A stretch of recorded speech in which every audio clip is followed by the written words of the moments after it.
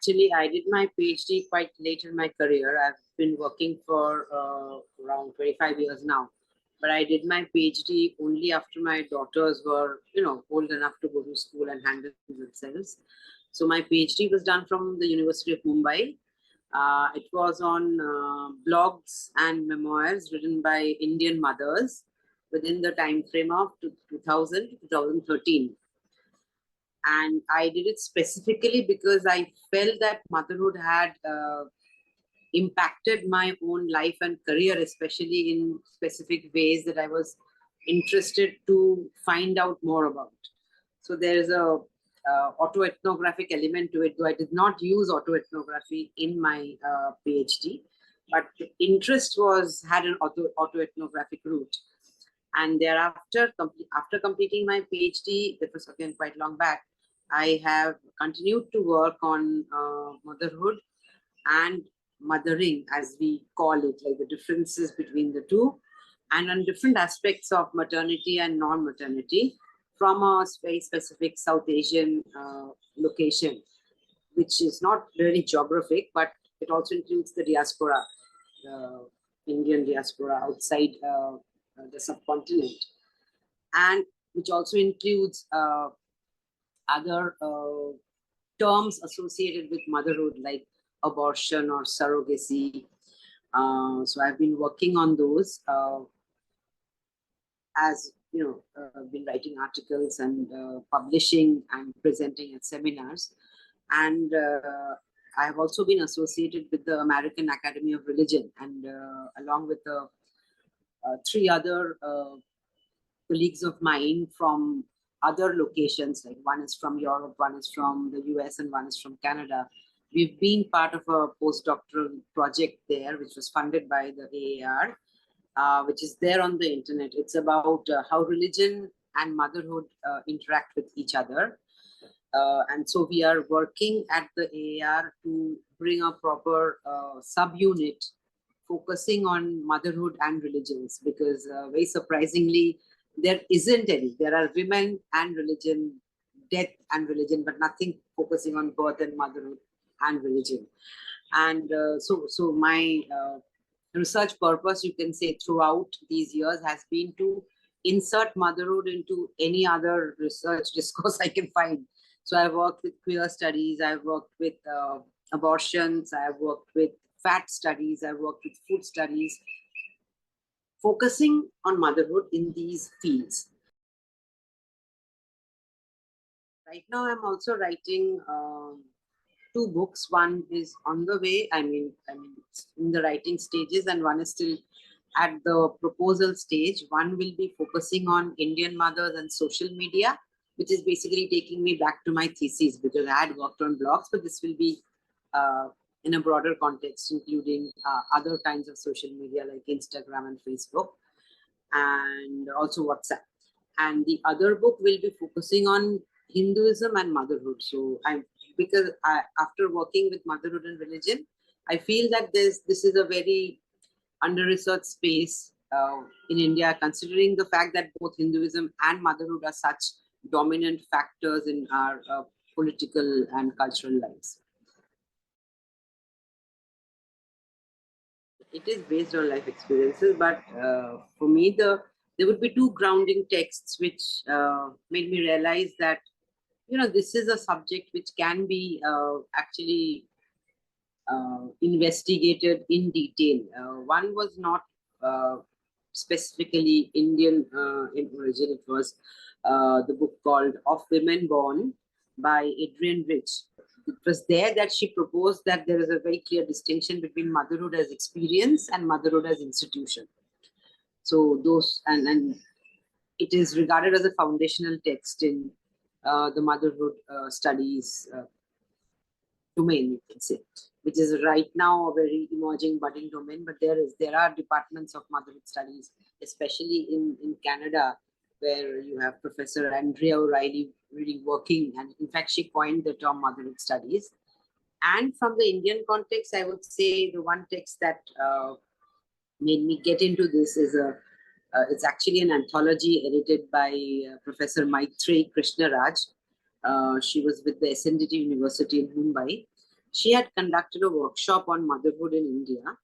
And from the papers that were presented there, she brought out a book called Motherhood in India, Glorification Without Empowerment.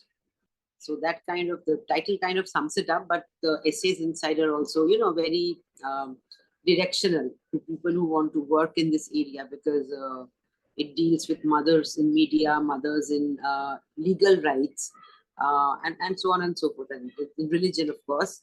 And it really gives us a good introduction to the current scenario in India, as well as a historical kind of overview of the whole topic. So these two books, I would say, have been very crucial to me in my own research. As I already said, living and being an Indian in this case gives me an autoethnographic insight into the topic I am interested in, that is motherhood in India. And the fact that I have also shifted cities in India. I have grown up, and the early part of my career was in Kolkata, that's in East India. And in 2005, when I shifted to Mumbai, so I have one daughter who was born in Kolkata and one daughter who was born in Mumbai. So I have first-hand experience of motherhood in both these places. And there were certain similarities and differences which have intrigued me and which I have explored uh, in some of my work, and which I am keen on exploring further. So being in India, located in India, being an insider in India, does give you a different kind of, I will say, perspective. I won't call it an advantage yet. It is definitely, and this kind of perspective can build up to what is called a standpoint. If you realize the particular kind of struggles that mothers in India face, even in the kind of privileged urban locations that we come from. So that has given me a standpoint from which to enter this debate on. And that is actually based, as I said, on Adrienne Rich's distinction between motherhood as institution and what she calls motherhood as experience, though she does not use the term mothering. That was used later by Andrea O'Reilly.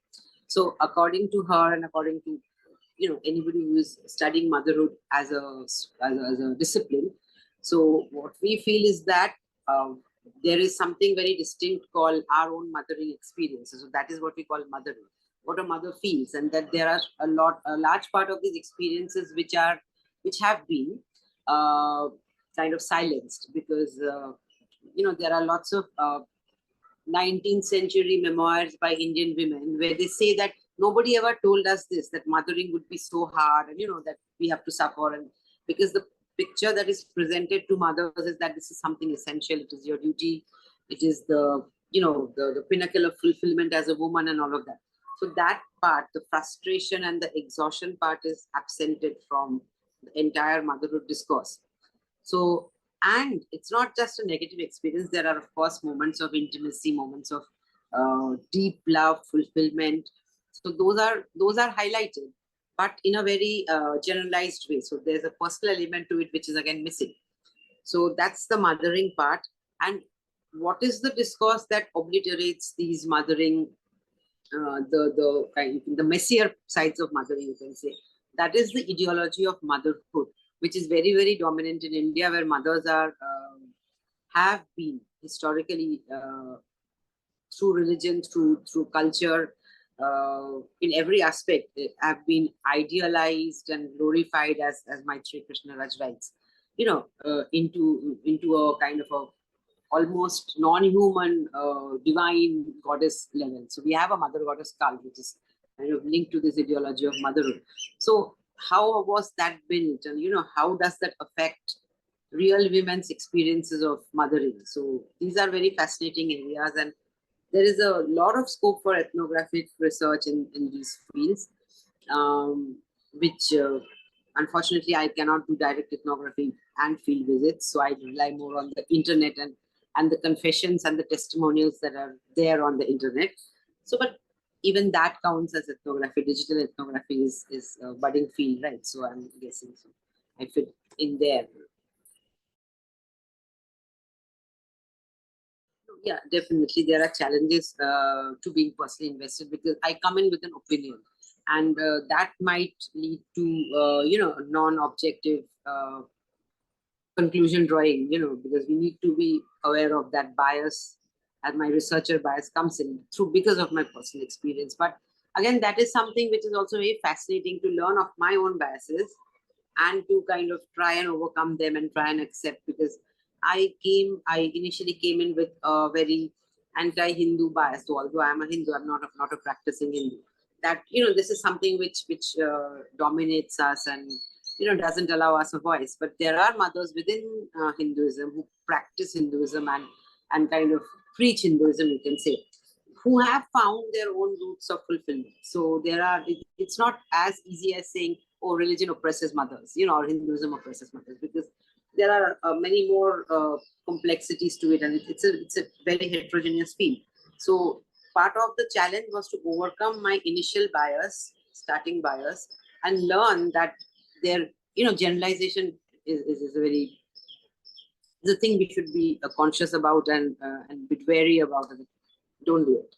And as a researcher, the other challenges, of course, would be the challenge of funding, because I am not associated with the university. I work for a college. You can probably see that in my name tag. So these are not just underfunded, these are non-funded. So there are no funds.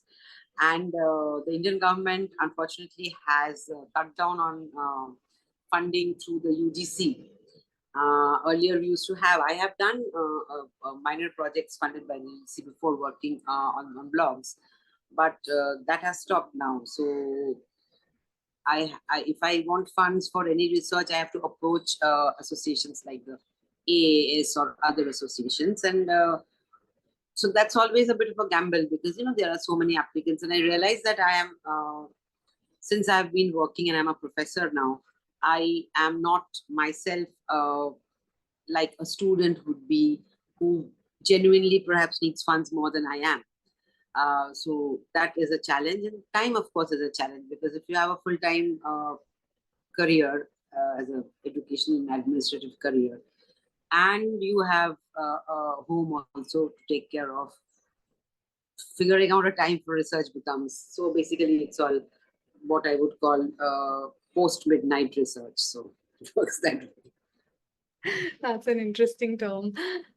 So when you think about like the topics that you're working on and you see the work that's happening outside India, how do you see some of the differences like come out? Like, is it very drastically different in terms of the experiences of the mothers that you're studying here, or do you find some similarities within Asia and outside? There are definitely similarities, because these forces of what we call heteropatriarchy operate in similar manner everywhere. Because at the conferences where at the in the projects where I interact with other researchers belonging to other cultural identities, so there they share their experience of religion and motherhood, and I see that there are very clear commonalities as well as very sharp differences. But again, those differences are not just transcultural or transgeographical. Those differences will also exist within the same community and within the same culture. So that is the thing I've learned, is that never to generalize, even within our location, like the location. So two Mumbai mothers, almost in the exact same identity positions, might have totally different narratives to share. And so that will also increase. So there are differences within us and between us. And but that again doesn't mean, as Chandra Talpade Mohanty says, that global feminisms are not possible. They are possible, but if we are very aware and conscious of these differences, and we respect the differences, and yet try to cross the borders, so to say. Now that is you can say it's a kind of irony that I actually do not teach either women's studies or religious studies, although my work has been in these fields, or like Asian studies, because if I'm talking about Indian mothers, they will fall in the category of Asian studies. I actually teach English. I'm coming from the Department of English, and I teach courses in modern English language, and I've taught literature, English literature. So my favorite courses there have been courses in literature, where literary texts I can focus on the representation of mothers in those texts and talk about that. But that's very few and far between. So I wish we had. In fact, I'm very. It's a bit of a tragedy in a way that Mumbai University doesn't have either a Asian Studies department or a religious studies department, or in fact doesn't really have even a women's studies department. So, that's it's kind of it's something that needs to be looked into and rectified. I've grown up with literature, so I've done my master's in English literature, so I am interested in literature, especially, as I say, literature which is it speaks of women's lives. It doesn't really have to always be motherhood. That's there, but I like literature by women, of women, and I'm specifically interested in graphic narratives now, so that is an area I'm especially the intersection between graphic narratives and motherhood. So that's also very fascinating. So these are areas, but again, there are it's not related specifically to a course. There is a whole body of scholarship which is growing about the impact of the whole COVID-19 the lockdown on mothers and motherhood. This is something I have been part of. It was a very big workshop which was held during COVID. It was, of course, held online, and there were researchers from all over the world. In fact, it was not just a workshop, it was almost like a series of workshops where we were ourselves struggling to understand what it means as an academic, as a mother, as a human being to kind of face COVID. And we were going through it. So we did a lot of work on ourselves. Like we did a lot of exercises and all, academic and non-academic. And out of that, we did produce articles which were published in, and I am bad at remembering names. So it was published in journals and qualitative inquiry. So we published in qualitative inquiry, and and after that also I have been interested in this. So there's still work being done on COVID and motherhood. I see a lot of as I'm a peer reviewer with Routledge, so I get articles sent to me by researchers working through quantitative and qualitative methods, trying to figure out how it impacted mothers. Okay. And so if you have some advice for students who are interested in the field of, motherhood studies, what would you suggest to our readers and listeners? I would just suggest jump in. This is a completely under-researched area, especially if your location is South Asia. And it's a very vibrant area because, everybody has something to say on mothers and motherhood. So you will, literally you can come at it from any field: popular culture, religion, history, politics. You can come at it from media studies. You can come at it from, as I said, graphic narratives, food studies, fat studies, any area, and or like health studies, like epidemiology, as you were saying. There is a lot of scope for research here. And the thing is, it also ties you with a very vibrant community of motherhood researchers working outside India. So, there are associations and organizations and publications which focus on motherhood scholars and motherhood researchers. So there's a lot of support and kind of sisterhood, you can say, in the world outside India. But as I said, specifically in India, it's really, really, really tough to find focused research on motherhood or focused researchers on motherhood. So there is a huge amount of scope, which I would be very happy if I see people joining. Thank you so much, Dr. Sarkar, for your time and for this interview.